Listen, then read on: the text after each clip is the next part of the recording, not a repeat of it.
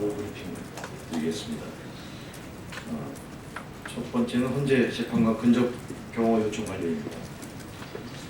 헌재가 재판관 8명에 대한 근접 경호를 경찰이 요청해서 어제부터 경호가 시작됐다고 합니다.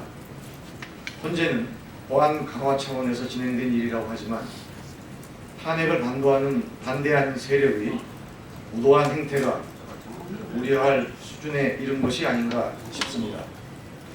마침 우리 당의 유력 대선 주자인 문재인 전 대표 측도 테러에 대한 첩보가 접수돼 자원봉사자로 구성된 경호 인력을 구성했다는 언론 보도가 있었습니다.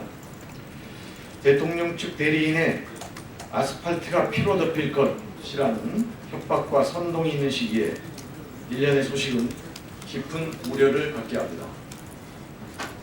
촛불혁명으로 촉발된 민주주의의 파도를 또다시 백색 테러로 뒤집으려는 세력이 있다면 국민들은 결단코 용서하지 않을 것입니다. 경찰 당국은 불상사가 없도록 각별한 경계와 대응을 해줄 것을 요청합니다. 다음은 특검 수사기관 연장 관련입니다. 특검 수사기간 연장이 불발되어 수사가 종료될 경우 박근혜 대통령에 대해 시한부 기소 중지로 처리할 예정이라고 밝혔습니다. 잘한 결정입니다.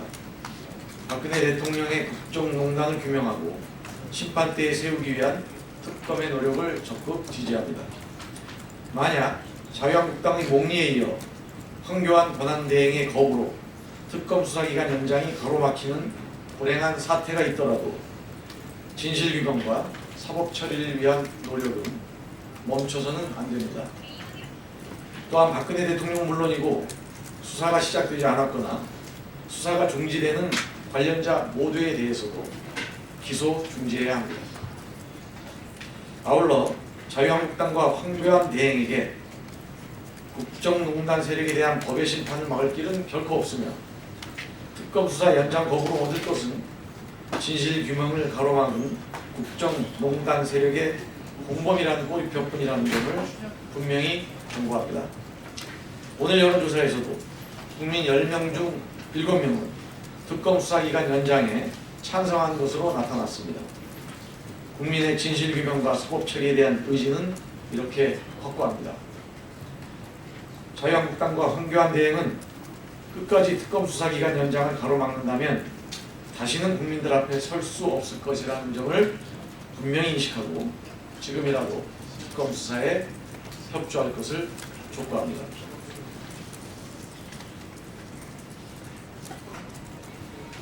다음입니다.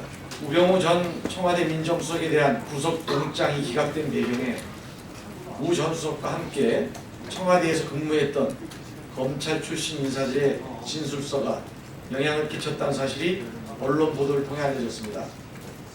이들이 작성한 진술서에는 특검이 지목한 우 전 수석의 직권 남용 권리 행사 방해 혐의에 대한 반박과 함께 우 전 수석의 구속이 부당하다는 내용이 담겨 있다고 합니다.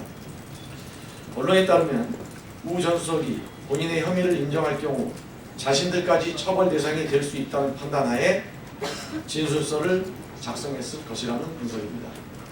이들은 문체부와 공정위 등의 감찰 활동을 벌이며 우 전 수석의 지시를 받아 활동했던 인물들입니다. 특검은 이들에 대한 입건 역시 시급히 검토해야 할 것입니다. 더 큰 문제는 이들 중 일부가 청와대 근무를 끝내고 검찰로 복직했다는 점입니다. 특검의 수사기간이 종료된다면 이후 수사를 검찰이 이어받게 될 텐데 검찰 내에 우병우 라인이 건재하다는 점은 매우 심각한 문제가 아닐 수 없습니다. 황교안 권한대행은 즉각 특검의 수사기간 연장에 동의해야 할 것입니다. 특검 수사를 방해하고 수사 결과를 왜곡하려는 목적이 아니라면 수사기간 연장에 동의하지 못할 이유가 없습니다. 검찰 수사의 공정성이 의심되고 있는 만큼 특검 수사기간 연장은 필수적입니다. 이상입니다.